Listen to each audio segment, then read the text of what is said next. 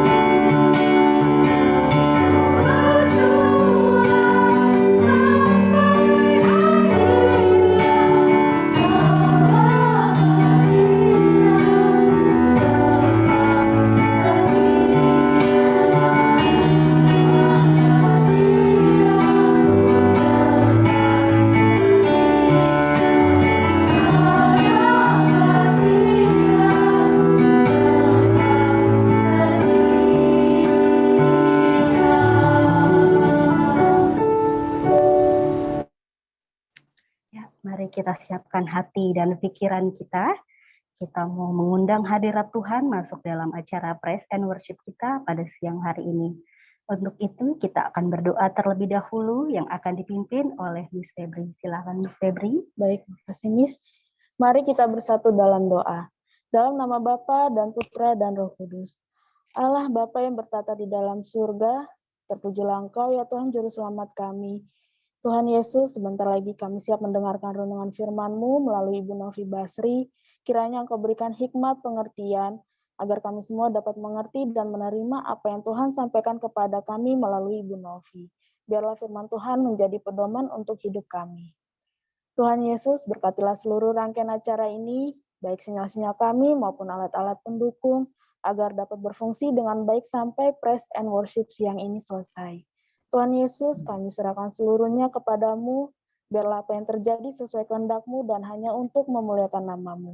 Terlebih kami memohon ampun agar kami layak menerima segala berkat dari-Mu. Dalam nama Tuhan Yesus, kami siap mendengarkan renungan-Mu. Amin. Ya, terima kasih Miss Febri atas doanya. Sama-sama, Miss. Dan untuk acara selanjutnya, kita akan mendengarkan sedikit firman Tuhan dari Ibu Novi Basri. Dan kepada Ibu Novi Basri, waktu dan tempat kami persilahkan. Oke, shalom teman-teman, para sahabat, para guru, kepala sekolah, dan para pimpinan dari St. John. Selamat siang, menjelang sore. Saya ucapkan shalom sekali lagi. Pertama-tama saya ingin memperkenalkan diri terlebih dahulu. Nama saya Noviantin Basri. Saya berasal dari Paroki MBK, Maria Bunda Karmel. Saya pengutusan dari Sekinah, Keuskupan Agung Jakarta, BPK, dan hari ini saya berterima kasih mendapatkan satu kesempatan untuk membawakan satu renungan di Sekolah St. John ini, di mana kemarin Ibu Tika kita sudah banyak bincang-bincang, saya juga sudah berdoa, saya mendapatkan satu tema, saya harap ini mendapatkan satu teman-teman dan para guru, semuanya mendapatkan satu rema di dalam firman pada siang hari ini. Oke, itu aja perkenalan saya. Mari kita mau mulai siang hari ini dengan membawakan satu tema. Temanya respons. Ya, saya sengaja respons tanda tanya gitu ya. Orang akan bertanya, ini respon apa kira-kira? Ya, mari kita buka firman Tuhan 1 Petrus 1 ayat 14 sampai 15. Ya, Ibu Tika atau seseorang teman sahabat boleh baca. 1 Petrus 1 ayat 14 sampai 16. 1 Petrus 1 ayat 14 sampai 15, demikianlah firman Tuhan. Hiduplah sebagai anak-anak yang taat dan jangan turuti hawa nafsu yang menguasai kamu pada waktu kebodohanmu. Tetapi hendaklah kamu menjadi kudus di dalam seluruh hidupmu, sama seperti Dia yang kudus yang telah memanggil kamu. Iya, itu yang firman Tuhan katakan. Hiduplah sebagai anak-anak yang taat, dikatakan ya. Jangan turuti hawa nafsu yang menguasai kamu pada waktu kebodohanmu, dikatakan firman Tuhan demikian. Tetapi hendaklah kamu menjadi kudus di dalam seluruh hidupmu, sama seperti Dia yang kudus yang telah memanggil kamu. Kalau firman Tuhan mengatakan bahwa hendaklah kita jangan turuti hawa nafsu, artinya apa? Artinya kita diminta untuk merespon dengan benar, jangan langsung berespon dengan cepat gitu ya. Hari ini orang nggak ada yang nggak punya masalah, baik masalah kecil, baik masalah besar, tetap kita harus merespon dengan cara yang benar. Tuhan mau agar kita merespon dengan benar, belajar merespon dengan benar, karena apa? Apa yang kita respon hari ini akan menentukan kedepannya kita. Saya beberapa kali salah merespon dengan apa yang Tuhan mau dan tidak terjadi apa-apa. Tapi ketika saya merespon dengan benar, ya, maka terjadi satu mujizat. Belum lama ini, nanti saya akan sharing untuk hal ini agar teman-teman juga merasa dikuatkan bagaimana kita harus merespon dengan benar. Jadi ketika Tuhan mengizinkan suatu tekanan begitu kuat terjadi dalam hidup kita, percaya dan yakinlah bahwa kesatu, Tuhan bersama kita. Saya sampai hari ini sudah mengalami begitu banyak permasalahan dari sejak awal saya pewartaan dari tahun 2000, jadi sudah 22 tahun ya, kurang lebih ya, hampir 22 tahun, masuk ke 22 tahun. Saya di Jamah Tuhan itu tahun 1998, tepatnya di bulan Februari, beberapa bulan sebelum kerusuhan Mei, dan selama kerusuhan Mei Tuhan itu sudah berbicara terlalu banyak. Jadi pada waktu saya kenal Tuhan, seringkali apa yang Tuhan sampaikan dengan saya begitu jelas gitu. Maka orang suka bilang gini, kalau baru kenal Tuhan, ya, wah bonusnya banyak gitu. Semuanya dipermudah, semuanya diperlancar. Kira-kira perjalanan kehidupan rohani saya juga begitu. Tapi hari ini nanti saya akan berikan satu contoh bagaimana ketika kita merespon dengan benar, ada hal-hal yang terjadi di dalam kehidupan kita. Ya, jadi respon yang benar itu sangat penting ya dalam menyikapi dan menghadapi tantangan. Apapun yang sedang terjadi, bukan masalah besar kita harus merespon dengan baik, enggak. Tetapi sekalipun kita memiliki masalah yang orang anggap sepele, harus respon kita benar. Sekarang orang mengalami apa? Tekanan ekonomi, keluarga, sakit penyakit, pekerjaan, ya kan, mental, karakter, tuntutan hidup, orang yang berusaha itu juga mengalami tekanan. Masa depan yang hal-hal yang kita nggak duga, hal-hal di depan yang kita nggak duga, banyak sekali. Sehingga membuat orang stres berat, bikin orang hancur hati. Khawatir, kita nggak tahu nih besok bagaimana, apa yang terjadi buat hidup kita nggak tahu. Dan hari ini kita mau lihat beberapa contoh yang ada di dalam Alkitab, bagaimana orang-orang besar yang kita lihat sebagai tokoh-tokoh Alkitab, dia juga mengalami tekanan-tekanan dan goncangan yang hebat. Seperti Yusuf, Ayub, Daniel, perempuan Sirofenesia, Daud mengalami hal-hal yang berat. Tetapi ketika merespon dengan benar, Tuhan bekerja di dalamnya. Itu yang kita mau, bukan? Kalau Tuhan bekerja di dalam kehidupan kita ketika kita merespon dengan benar. Hari ini saya mau kasih satu contoh yang pertama. Seorang perempuan Kanaan, ya, yang disebut sebagai perempuan Sirofenesia. Teman-teman udah pasti dengar, ya. Apalagi kalau sering mengikuti pendalaman iman, pendalaman Alkitab, terus baca kitab suci rutin, pernah dengar setidak-tidaknya di misa juga pernah dibacakan. Mari kita buka Markus 7 ayat 24 sampai 30. Markus 7 ayat 24 sampai 30. Ya, seseorang boleh baca 2, 3? Ya. Markus Saya bantu, Bu. Ya, silakan Miss Priska. Markus 7 ayat 24 sampai 30. Ya. Demikian firman Tuhan. Lalu Yesus berangkat dari situ dan pergi ke daerah Tirus. Ia masuk ke sebuah rumah dan tidak mau bahwa ada orang yang mengetahuinya, tetapi kedatangannya tidak dapat dirahasiakan. Malah seorang ibu yang anak perempuannya kerasukan roh jahat segera mendengar tentang dia, lalu datang dan tersungkur di depan kakinya. Perempuan itu seorang Yunani bangsa Sirofenisia. Ia memohon kepada Yesus untuk mengusir setan itu dari anaknya. Lalu Yesus berkata kepadanya, biarlah anak-anak kenyang dahulu, sebab tidak patut mengambil roti yang disediakan bagi anak-anak dan melemparkannya kepada anjing. Tetapi perempuan itu menjawab, benar Tuhan, tetapi anjing yang di bawah meja juga makan remah-remah yang dijatuhkan anak-anak. Maka kata Yesus kepada perempuan itu, karena kata-katamu itu, pergilah sekarang sebab setan itu sudah keluar dari anakmu. Perempuan itu pulang ke rumahnya, lalu didapatinya anak itu berbaring di tempat tidur, sedang setan itu sudah keluar. Puji Tuhan.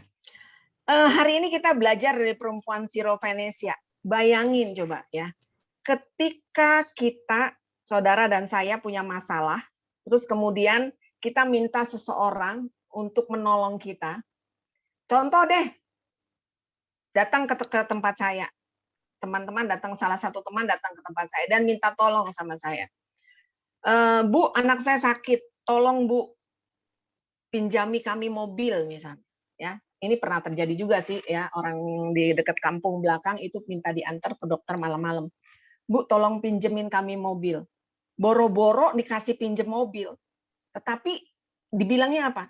Aduh, mobil saya nggak ada bensinnya. Lagi pula kalau misalnya ini juga kamu mau isi bagaimana? Kamu juga lagi dalam keadaan kayak gini, kamu pasti juga karena nggak punya mobil, kamu nggak tahu tempat bensin mobil di mana. Enggak lah, kamu pasti nggak ngerti lah. Itu masih mending. Tapi bayangin seorang perempuan, anaknya kerasukan, dan dia Tuhan nggak merespon dengan baik. Di dalam Matius 15 ayat 23, Tuhan bilang bahwa Tuhan tidak sama sekali tidak menjawabnya.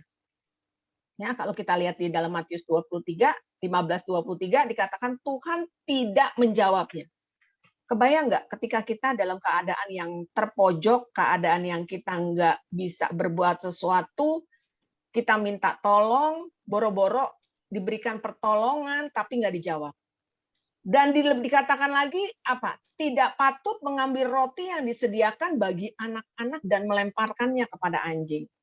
Jadi apa yang Tuhan kasih orang Israel itu merupakan anak-anaknya gitu, anak-anak Tuhan yang harus didahulukan. Ibaratnya mereka itu Tuhan mempunyai satu roti harus diberikan kepada anak-anaknya dulu, baru kepada orang lain. Itu kalau kita sebagai manusia benar, pasti kita berikan kepada anak-anaknya, anak kita dulu kan, baru kita berikan kepada orang lain yang sisanya. Tetapi dikatakan bahwa dan melemparkannya kepada anjing. Wah, ini jawaban Tuhan benar-benar menusuk dan menyakitkan hati seharusnya kan, menohok kita gitu, menusuk ke ulu hati kita. Tapi apa yang perempuan tersebut lakukan? Apa yang dia katakan? Tetap tegar dan tidak kecewa. Enggak marah, enggak tersinggung. Tidak terluka hati dan tidak merasa terhina. Kalau dia memiliki respon yang negatif, maka yang terjadi apa? Anaknya enggak sembuh. Kalau dia bersungut-sungut, terus dia pulang, mujizat enggak pernah terjadi. Ya.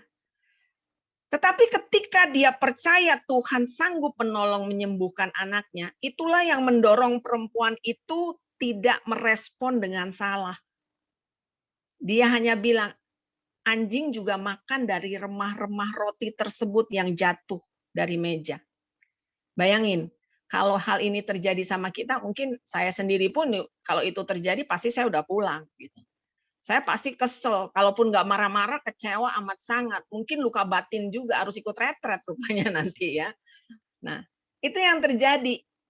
Tetapi ada satu, ketika dia merespon dengan benar, dia tetap percaya bahwa Tuhan pasti tolong, seperti yang saya bilang, apapun masalah kita, mau besar mau kecil, mau orang bilang sepele dan remeh, percaya aja satu, Tuhan pasti lagi mendampingi kita.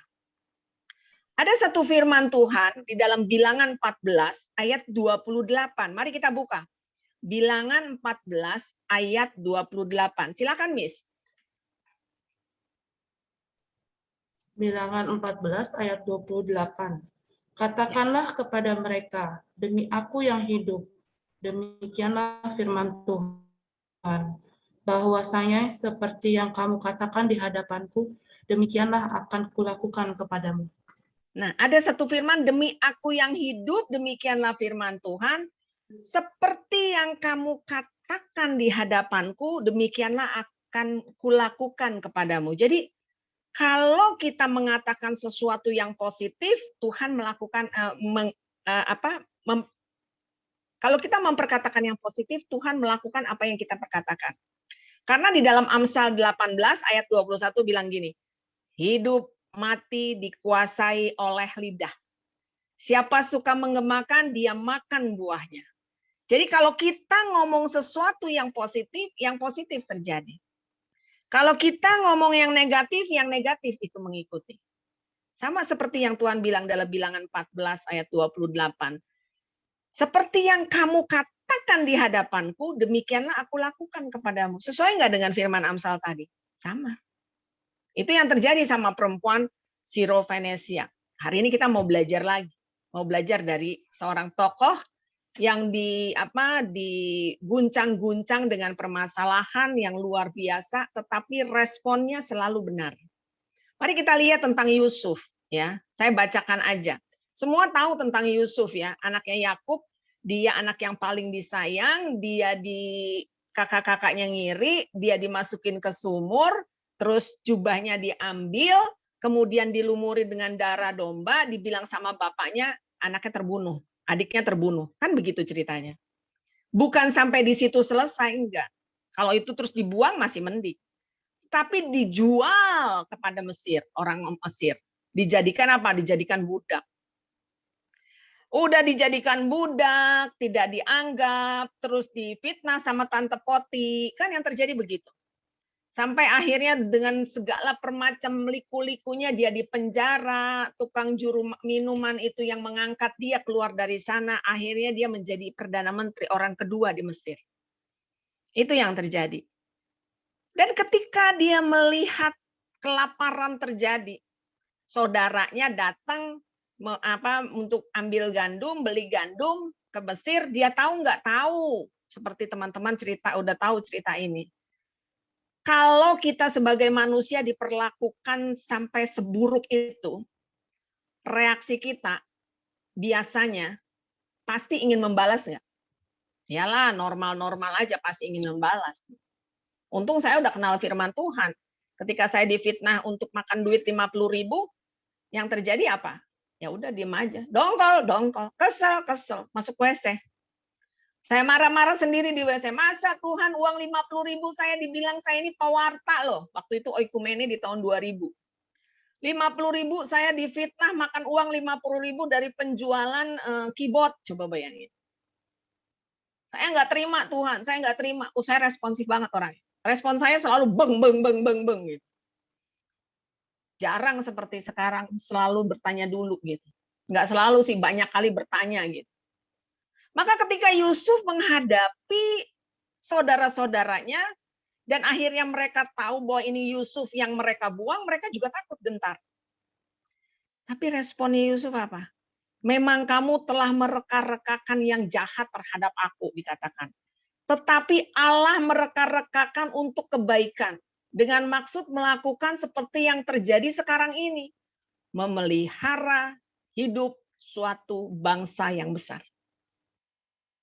Coba kalau Yusuf pada waktu itu dia balas, nggak terjadi semua kebaikan. Mungkin dia nggak akan melihat ayahnya, nggak akan pulang, nggak bisa menguburkan ayahnya pada waktu di hari tuanya pas dia meninggal. Tetapi ketika dia merespon dengan benar, yang terjadi apa? Dia diberkati. Dia memberkati. Nah, inilah yang seringkali kita suka lupa ketika kita sudah diberkati, kita lupa untuk memberkati. Padahal sudah begitu banyak yang Tuhan berikan berkat bagi kita. Seharusnya kita bagikan berkat itu. Berkat nggak cuma soal duit, enggak. Ya kan? Tapi berkat ketika kita punya kesempatan untuk memberkati orang lain, kenapa enggak? Why not? Harusnya kan demikian. Ya, berkat nggak selalu soal duit. Tapi seringkali berkat memang orang hanya konotasinya dengan uang, harta, apa segala. Ketika kita punya kesempatan untuk membawa teman kita mungkin yang ada di level bawah, ya kan, untuk naik ke level atas, ya dia punya pekerjaan baik, ya kenapa kita nggak promosikan kepada yang di atas? Kan gitu. Intinya seperti itu. Nah, mari kita lihat lagi satu tokoh Ayub. Ayub semua orang udah tahu tentang Ayub. 4 kali dia mendapatkan persoalan, cobaan yang begitu berat di dalam waktu yang sama. Dikatakan pada suatu hari ketika anak-anaknya yang laki-laki dan perempuan makan-makan dan minum anggur di rumahnya, saudara mereka yang di rumah saudara mereka yang sulung, datang seorang pesuruh kepada Ayub.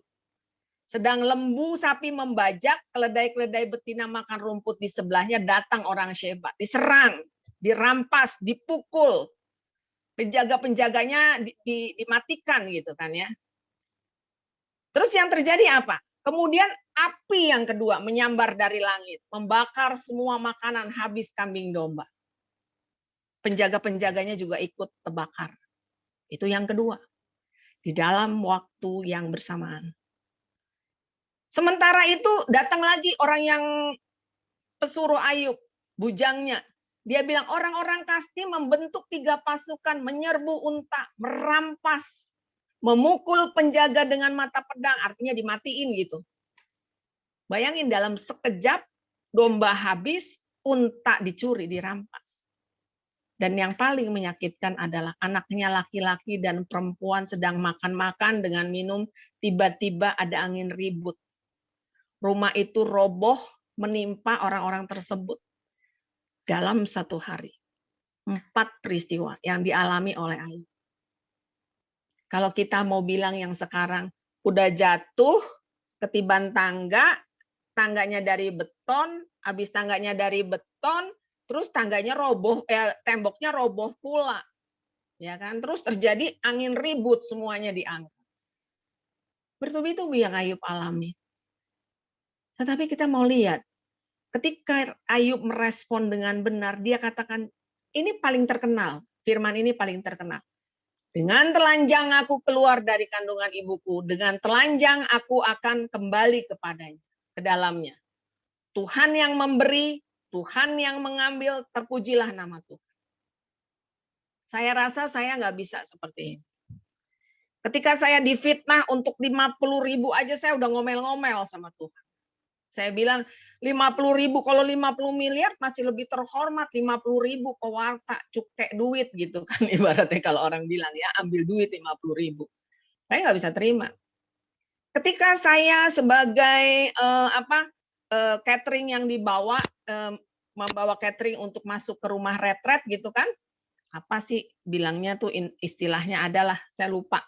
Jadi saya dipanggil untuk kirim makanan ke satu retret, tempat retret di Gadok untuk masak di sana, untuk siapin makanan dan saya bawa gitu. Karena itu saya diundang sama ibu rohani saya dan di sana saya ketemu orang yang penanggung jawab atas retret tersebut. Pada waktu saya masuk, tempatnya itu berantakan. Serutan kayu, semen, apa segala, berantakan. Kemudian si penanggung jawab retret datang. Dan saya dimaki-maki. Saya ditunjuk-tunjuk tangan begini. Kamu yang ini orang mau retret gini-gini. Untung responnya saya baik. Saya cuma diem. Saya nggak buka mulut, saya diem, saya kerjain, saya sapuin semua. Karena memang sebentar lagi peserta retret sudah datang. Udah harus sediain makanan. Makanan udah sedia. Cuman karena kotor kita harus bersihkan dulu. Marah nggak? Marah. Tapi mulut saya kunci. Saya masuk ke kamar mandi. Kebiasaan saya begitu. Saya masuk di WC, saya nongkrong. Nggak ngapa-ngapain, nongkrong. Saya bilang, Tuhan saya nggak bisa terima penghinaan kayak gini Tuhan. Dia tunjuk-tunjuk tangan saya kayak begini, nggak bisa kerja. Pokoknya kata-katanya nggak enak. Ternyata dia adalah seorang pewarta. Waktu itu saya belum pewarta, belum. Dia mewarta biasalah belum banyak di banyak tempat dan orang juga nggak kenal siapa saya. Dan yang terjadi apa? Sesudah saya di kamar mandi sampai suami saya bilang gini, Vi, kamu di kamar mandi? Iya, kok nggak keluar-keluar dari tadi? Ya belum, saya bilang. Ntar lagi, saya bilang. Ketika saya keluar, meskipun saya responnya di kamar mandi, tapi di hadapan dia saya tidak merespon apapun. Ketika dari keluar kamar mandi, dia bilang, di kamar mandi saya bilang gini, Tuhan, biar jelek-jelek begini saya bos catering, saya bilang gitu. Biar jelek-jelek gini saya ini pewarta Tuhan, saya bilang gitu. Sombongnya ampun ya. Ketika saya selesai, saya keluar, rupanya dia tahu kalau saya ini yang punya catering. Oh, ini Bu Novia yang iniin catering. Dalam hati ini saya bilang, Pret gitu. Ya, kalau saya mau bilang saat itu tuh dalam hati saya, Pret, kamu bisa tiba-tiba balik seperti itu. Nggak minta maaf. Nggak ada satu kata penyesalan, minta maaf, nggak ada.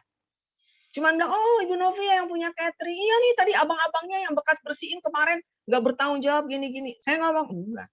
Karena masih dongkol. Tapi itu yang Tuhan taruh, saya kunci mulut saya. Saya sleting mulut saya.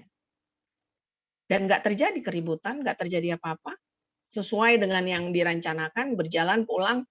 Cuman saya bilang, kalau semakin Tuhan mau tinggikan kita, semakin kita dibawa ke angin yang lebih kencang. Itu yang terjadi sama saya juga di tahun kemarin. Itu yang terjadi ya. Jadi kita harus merespon dengan benar. Lalu kita mau lihat lagi contoh satu hal lagi, saya mau kasih tahu yang terakhir aja Daud ya. Daud adalah seorang raja yang menggantikan Saul.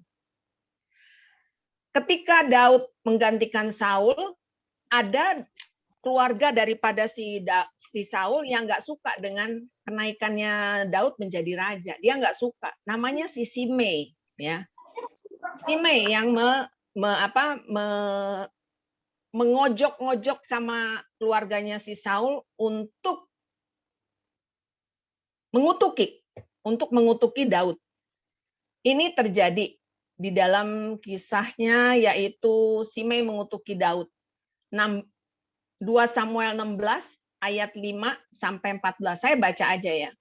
Ketika Raja Daud telah sampai ke Bahurim, keluarlah dari sana seorang dari kaum keluarga Saul yang bernama Simei bin Gera mendekati raja.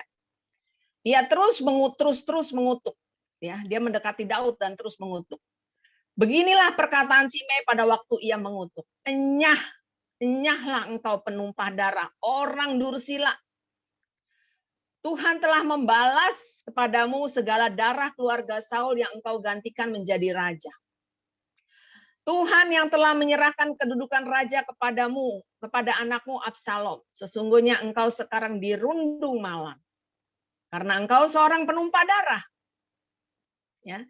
Terus lalu berkatalah Abisai, anak Zeruya kepada raja, kepada Daud. Raja, katanya gitu. Kata-katanya kurang lebih begini. Mengapa anjing mati ini mengutuki tuanku raja? Izinkan aku menyeberang dan memenggal kepalanya. Jadi ibaratnya Daud di sisi sebelah kiri, dia ada di sebelah kanan. Dan dia teriak, ngutuk-ngutukin. Saya bayangin gitu. Terus si Abisai, anaknya si Zeruya bilang gini, Raja, tuanku raja, mengapa sih anjing ini mengutuki tuanku raja? Izinkan aku memenggal kepalanya. Tapi lihat responnya Daud di ayat ke-10. Apakah urusanku dengan kamu, hai anak-anak Zeruya? Biarlah ia mengutuk. Sebab apabila Tuhan berfirman kepadanya, kutukilah Daud, siapakah yang akan bertanya, mengapa engkau berbuat demikian? Jadi gini, kalau memang itu dari Tuhan, ya udah biarin dia kutukin. Tetapi aku juga punya hak, itu maksudnya Daud. Untuk apa? Untuk minta belas kasihan. Mungkin Tuhan akan memperhatikan kesengsaraanku ini dan Tuhan membalas yang baik. Coba bayangin, udah dikutuk, udah biarin aja dia kutukin aku, nggak apa-apa. Mungkin Tuhan memperhatikan kesengsaraanku ini dan membalas kepadaku ganti kutuk orang itu pada hari ini. Luar biasa ya. Sama seperti ketika saya juga difitnah lagi. Wah, saya difitnah tuh dahsyat-dahsyat dan nggak enak. Padahal saya ini pendoa kerjanya di rumah gitu ya. Saya nggak kelayapan kemana-mana, tetapi difitnah macam-macam gitu. Dari yang ringan, yang sedang, yang berat, yang paling berat. Difitnah ngerusak rumah tangga orang lain. Nah, kalau sekarang jadi pelakor katanya gitu ya. Terus saya bilang gini, kapan sih saya keluarnya? Ketemunya di mana? Saya bilang gitu. Ada nggak fotonya? Nggak bisa buktiin. Dan luar biasa, 2 tahun saya difitnah. Untuk hal-hal yang tidak saya lakukan. Saya diam. Marah, kesel ya. Marah sih enggak, saya ketawa aja. Ya kan yang tahu saya sama Tuhan saya. Jadi respon yang benar itu yang Tuhan lagi latih kepada anak-anak Tuhan sekarang. Karena hari-hari besok akan terasa semakin berat, akan terasa lebih berat. Kalau kita nggak merespon dengan benar di hari-hari sekarang. Ya, itu yang terjadi sama Daud. Nah, sekarang banyak kali kita tidak merespon dengan baik. Hari ini kita udah melihat bagaimana Daud merespon, bagaimana wanita Sirofenisia merespon. Hari ini kalau kita menjalani kehidupan, setiap kita bisa saja mengalami situasi yang nggak menyenangkan akibat perilaku orang yang buruk di sekitar kita. Bisa seperti saya ini sudah jadi sasaran empuk. Saya juga bingung gitu, nggak tahu kenapa. Tapi itu yang terjadi. Kalau di dalam lingkup sekolah, mungkin ada perlakuan rekan sekerja yang nggak pada tempatnya. Kerjaannya ditaruh ke kita yang disuruh kerjain bisa. Tapi kalau respon kita marah-marah, hubungan kita jadi nggak enak, nggak enak.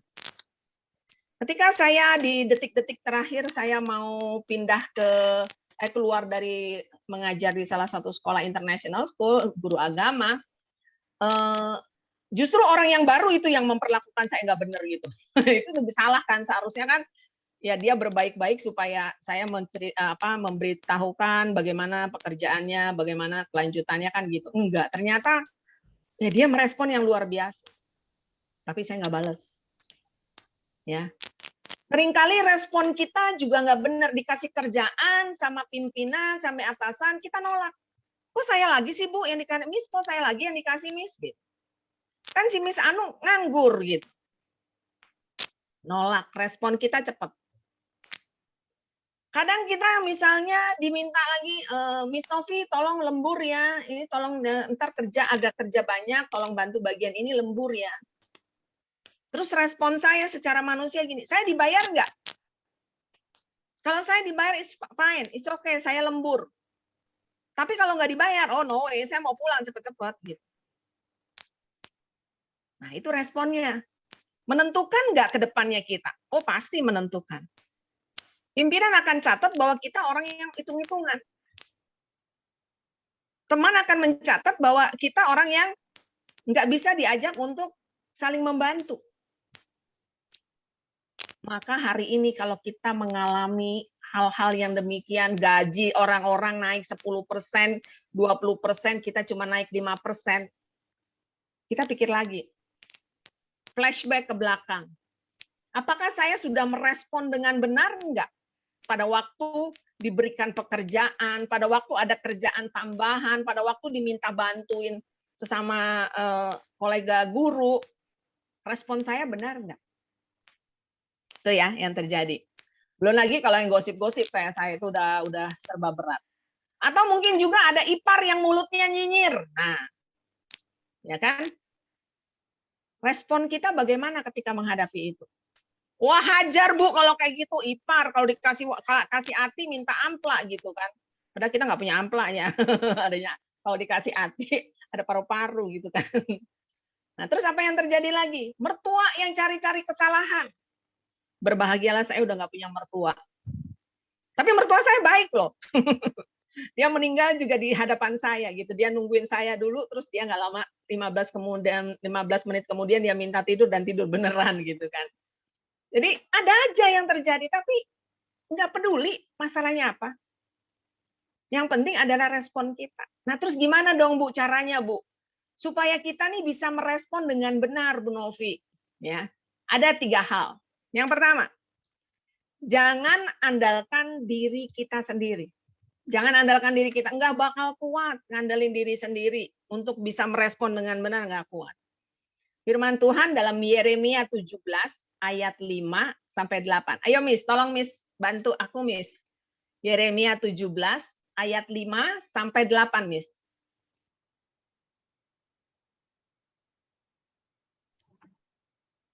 Sebentar Bu. Ya.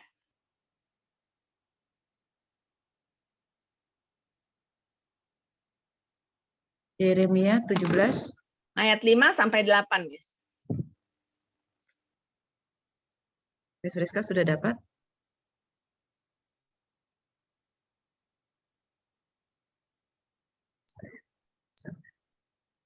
Nggak apa-apa, pelan-pelan aja. Tapi Ya. kita harus baca ya. Beginilah firman Tuhan.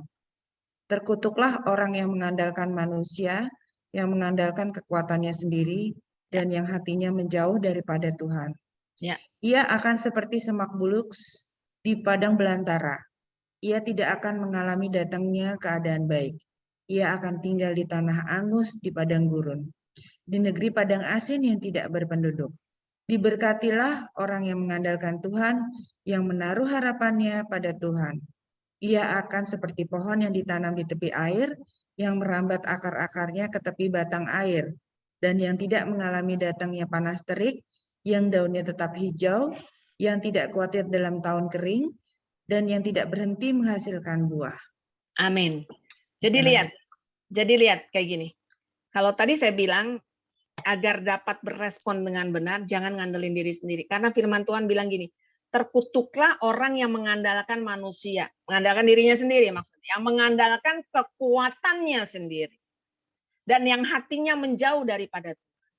Ketika kita sudah mengandalkan diri kita sendiri, pasti Tuhan Tuhan go gitu. Go away gitu, jauh gitu. Biasanya kayak gitu. Ada orang yang banyak sekali mengandalkan, kalau saya bisa sampai hari ini, ya karena saya pinter. Kalau saya bisa hari ini karena saya sudah terlatih. Gitu. Nggak mengandalkan Tuhan. Tapi Tuhan bilang terkutuklah orang yang mengandalkan Tuhan, yang mengandalkan kekuatannya sendiri dan menjauh hatinya dari Tuhan. Seperti semak bulus tuh semak yang nggak kena sinar matahari. Di padang belantara, gitu kan. Tidak akan mengalami datangnya keadaan baik. Ya, jadi di padang-padang rumput belantara, hutan belantara gitu kan, ada semak bulus yang nggak kena sinar matahari. Mati akhirnya. Tidak mengalami datangnya keadaan baik. Atau tinggal di tanah angus, di padang gurun, di negeri padang asin. Bayangin kita sebagai tumbuhan hidup di padang gurun. Itu sama juga seperti orang yang mengandalkan dirinya sendiri, itu hidupnya kayak gitu, sendirian. Ya, nggak ada siapapun, yang ada cuma diri sendiri. Ujung-ujungnya apa? Tidak mengalami hal-hal yang baik. Tetapi firman Tuhan di Yeremia 17 ayat 7 bilang kayak gini, diberkatilah orang yang mengandalkan Tuhan dan menaruh harapannya pada Tuhan. Ia seperti pohon yang ditanam di tepi air, akar-akarnya ke tepi batang air dan tidak mengalami datangnya panas terik. Jadi kalau pohon taruhnya dekat aliran air, maka akar-akarnya merambat ke sana, mendapatkan air yang cukup untuk pertumbuhannya. Akhirnya apa? Dia nggak berhenti menghasilkan buah. Air melambangkan firman Tuhan. Kalau kita hidup dengan firman Tuhan, kalau kita hidup di dalam firman Tuhan, air itu akan terus mengalir. Dulu saya paling benci sama orang yang ngomongnya firman, saya tinggalin langsung. Tapi akhirnya apa? Saya kejebak ya, ditangkap Tuhan, bukan kejebak, ditangkap Tuhan. Udah nggak bisa lari. Pada waktu saya dulu tahun 1998, 96, 98, saya tuh gila. Karena beban permasalahan rumah tangga saya gila. Gila beneran, Bu Miss, bukannya gila bohong. Gila ketawa sendiri, nangis sendiri, pingsan gitu kan. Kayak gitu, gila lah ngomong menceracau gitu. Memang gila bener. Cuman karena tangan Tuhan aja dia ubahkan sedemikian rupa dalam waktu 2,5 bulan. Lewat seorang hamba Tuhan. Dan keadaannya amat sangat nggak enak. Tiap hari digenjot firman. Tiap hari dikasih minum air firman terus tiap hari. 1 hari 3 jam mendengarkan kaset tuh, ada tulisannya kan 45, 60, 90, harus yang 60. Paling sedikit yang 45 3 kali. Itu yang terjadi. 2,5 bulan istilahnya Tuhan renewing gitu, memperbaharui gitu hidup saya. Maka jadilah seperti sekarang ini. Tapi harus gila dulu. Makanya responnya harus benar. Ketika dulu saya gila, responnya yang ikut. Disuruh ini ngikut, suruh itu ngikut, suruh puasa ngikut, suruh bangun jam 2 malam untuk doa puasa ya ikut gitu. Nggak bisa nggak ada jalan lain. Yang kedua, minta Roh Kudus yang bimbing kita. Kita nggak bisa berjalan sendiri. Tadi udah jelas. Terus yang kedua, kalau nggak ada yang bimbing kita, nggak boleh jalan sendiri, loh siapa yang bimbing kita? Ya Roh Kudus yang bimbing. Mari kita buka yuk. Yudas 1 ayat 20. Tolong Miss. Ya, Yudas 1 ayat 20. Yudas 1 ayat 20. Akan tetapi kamu, saudara-saudaraku yang kekasih, bangunlah dirimu sendiri di atas dasar imanmu yang paling suci dan berdoalah dalam Roh Kudus. Iya. Jadi kita harus membangun diri kita dari dasar iman kita. Mungkin ya yang baru sedikit-sedikit. Enggak apa-apa. Enggak masalah. Tetapi berdoanya kepada Roh Kudus, minta perlindungan kepada Roh Kudus. Kalau Roh Kudus hari ini kau pimpin, kau jadi pemimpin. You are leader now. Gitu kan. Kalau ada hal-hal yang di luar saya nggak tahu, tolong kasih tahu saya. Maka kuasa Roh Kudus akan berbicara di dalam hati nurani kita. Itu yang terjadi dalam kehidupan saya seringkali begitu. Ya. Terus yang ketiga, yang terakhir, belajar mengendalikan diri. Yakobus 1 ayat 19. Yakobus 1 ayat 19. Yakobus 1 ayat 19. Hai saudara-saudara yang kukasihi, ingatlah hal ini. Setiap orang hendaklah cepat untuk mendengar, tetapi lambat untuk berkata-kata dan juga lambat untuk marah. Iya, itu namanya mengendalikan diri. Seringkali kan gini, kita dengarnya cepat, ngeresponnya juga cepat. Kayak saya, ketika kemarin beberapa bulan di tahun 2021 Tuhan bilang, jadilah pendoa untukku gitu. Terus saya respon gini, Tuhan kan selama ini saya juga udah jadi pendoa. Terus harus gimana lagi? Saya udah jadi pendoa loh Tuhan. Ngomongnya sih baik-baik, tapi Tuhan empet ngeliatnya saya kayaknya tuh ya. Padahal kan seharusnya saya bereaksi gini, oke Tuhan, what should I do? Gitu kan. Apa yang harus saya lakukan? Kan gitu. Tidak terjadi sesuatu. Tuhan bilang lagi sekali lagi, jadilah pendoa untukku. Saya mulai diem. Tapi otak saya bilang gini, iya saya udah jadi pendoa, saya suruh ngapain ya?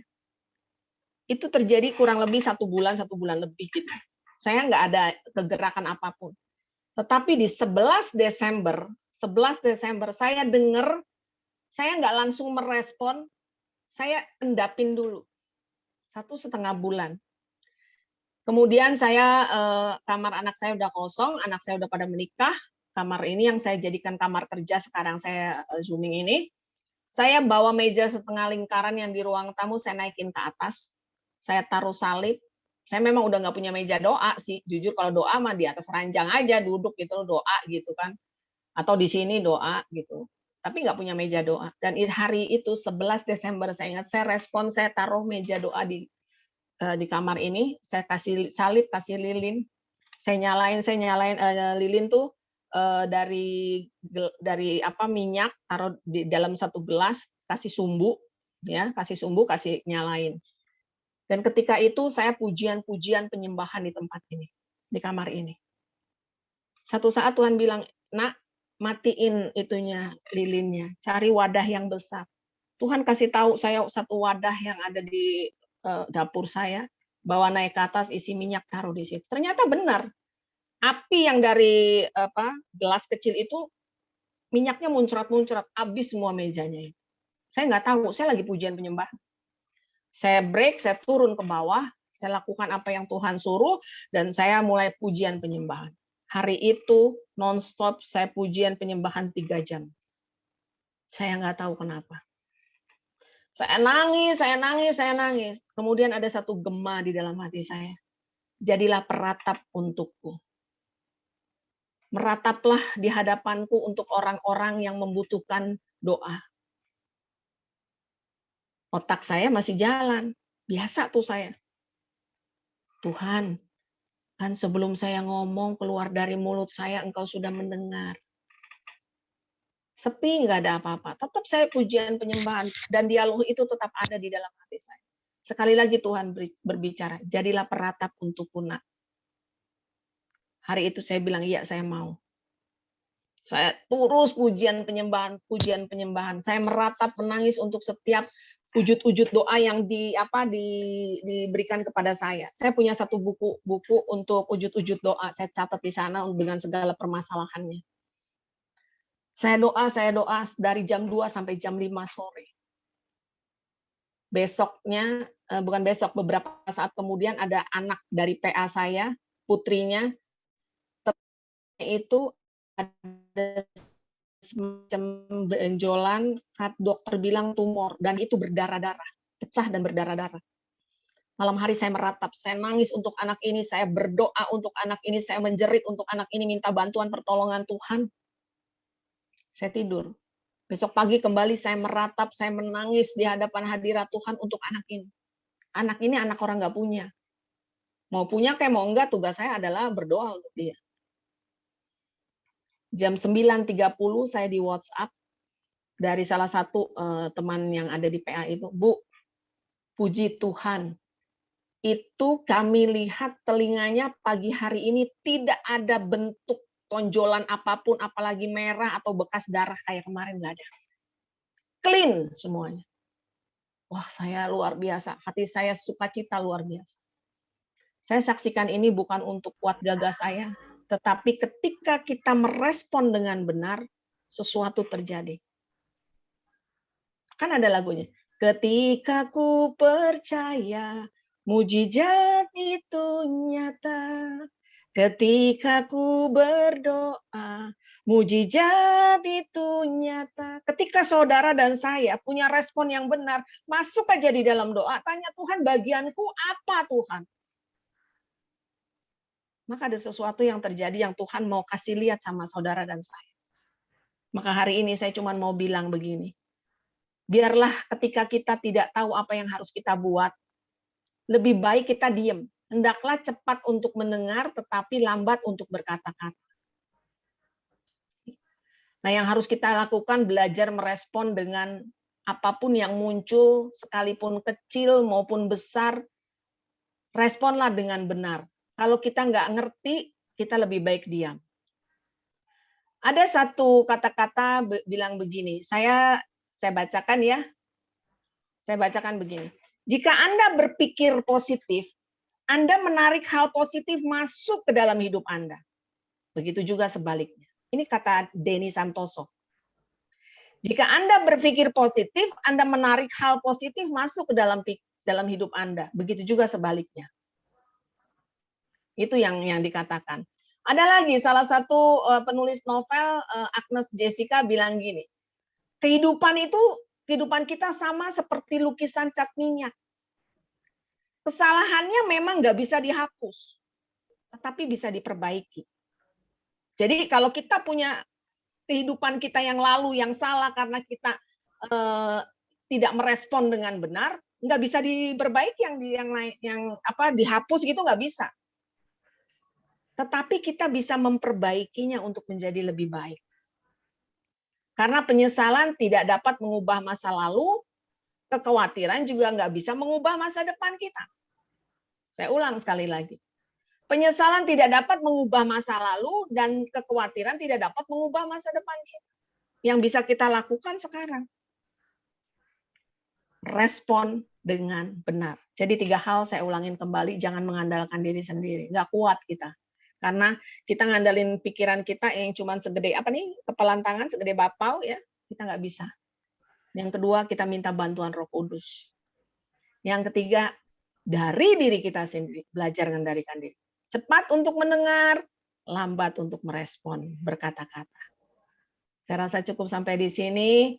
Semoga ini memberkati teman-teman yang mendengarkan, dan ini selalu memberkati saya kembali. Tuhan memberkati. Terima kasih. Shalom. Silakan, Miss. Ya, wah luar biasa sekali ya Miss penyampaian firman Tuhan yang diberikan oleh Ibu Novi Basri tadi ya. Pasti, Miss. Apakah ada sukacita? Puji Tuhan ada, Miss. Nah, kita juga akhirnya tahu ya Miss, arti respon yang sesuai dalam kehendak Tuhan tuh yang bagaimana. Iya, tadi aku sempat ngutip dari Ibu Novi ya, kita ini sebagai anak Allah harus merespon maksud Tuhan tuh dengan benar dan bijaksana. Ada 3 poin. Satunya itu jangan mengandalkan diri sendiri. Yang kedua minta Roh Kudus pimpin kita, dan terakhir pengendalian diri. Jadi dari situ hidup kita itu harus taat, maka Tuhan akan tolong kita dan diberkati oleh Tuhan. Wah, luar biasa sekali. Dan kami berharap semua Mr. and Mrs. sekalian yang telah hadir dalam acara Praise and Worship kita pada siang hari ini dapat diberkati oleh firman-Nya, dan apa yang telah disampaikan oleh Ibu Novi Basri dapat diimplementasikan dalam kehidupan sehari-hari. Amin.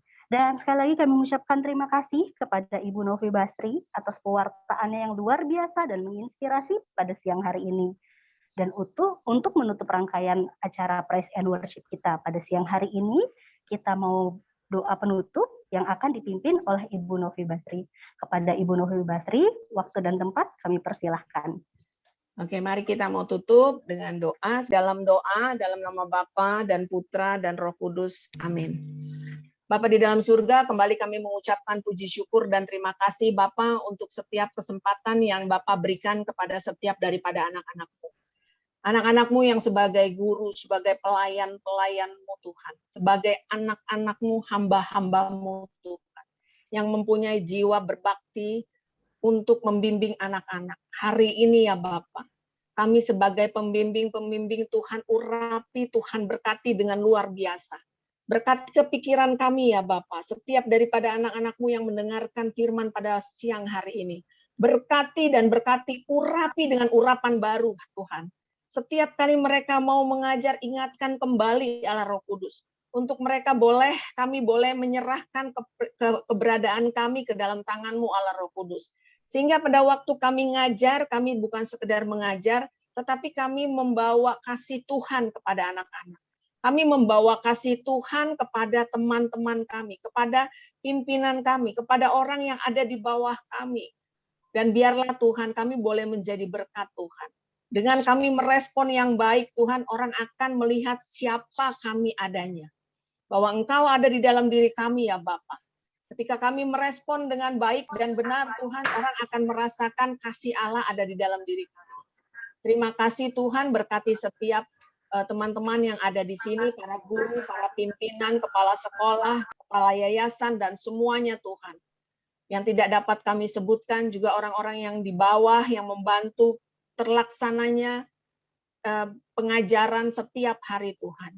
Dan juga kami minta Tuhan, biar kiranya kuasa-Mu yang melindungi setiap daripada kami semuanya, dari penyakit, virus, apapun juga di dalam nama Tuhan Yesus. Berkati ke sekolah ini, berkati tempatnya, pagari senantiasa Tuhan dengan para malaikat-Mu. Mereka menjaga untuk kepentingan daripada anak-anak-Mu di tempat ini. Terima kasih Bapak, biarlah firman hari ini yang sudah ditabur begitu banyak, ada satu yang menjadi rema di dalam kehidupan kami. Terima kasih Bapak, terima kasih Yesus, terima kasih Allah Roh Kudus. Semua doa ini kami naikkan dengan perantaraan satu nama, Tuhan kami Yesus Kristus, yang hidup dan berkuasa, kini dan sepanjang segala masa. Kemuliaan kepada Bapa dan Putra dan Roh Kudus, seperti pada permulaan, sekarang, selalu, dan sepanjang segala abad. Amin. Dalam nama Bapa dan Putra dan Roh Kudus. Amin. Tuhan memberkati. Terima kasih Bu Novi atas doa penutupnya. Kami juga mau mengucapkan terima kasih kepada seluruh Bapak, Ibu, serta rekan-rekan yang sudah hadir dan setia sampai ibadah ini selesai. Kami mohon maaf apabila ada kekurangan, baik sengaja ataupun tidak sengaja. Tapi sebentar, Miss. Sebelum kita leave Zoom, kita Ada akan apa foto nih, Miss? bersama, Miss. Oh, ada foto bersama ya, Miss ya? Iya, bagi Mr. and Mrs. yang masih menutup kameranya, dimohon untuk membuka kamera. Oh iya. Dan Mrs. sekalian. Dan akhir kata, saya Ivana dan rekan saya, Febri, undur diri. Sampai ketemu di lain waktu. Selamat beraktivitas kembali. Tetap semangat dan Tuhan Yesus memberkati.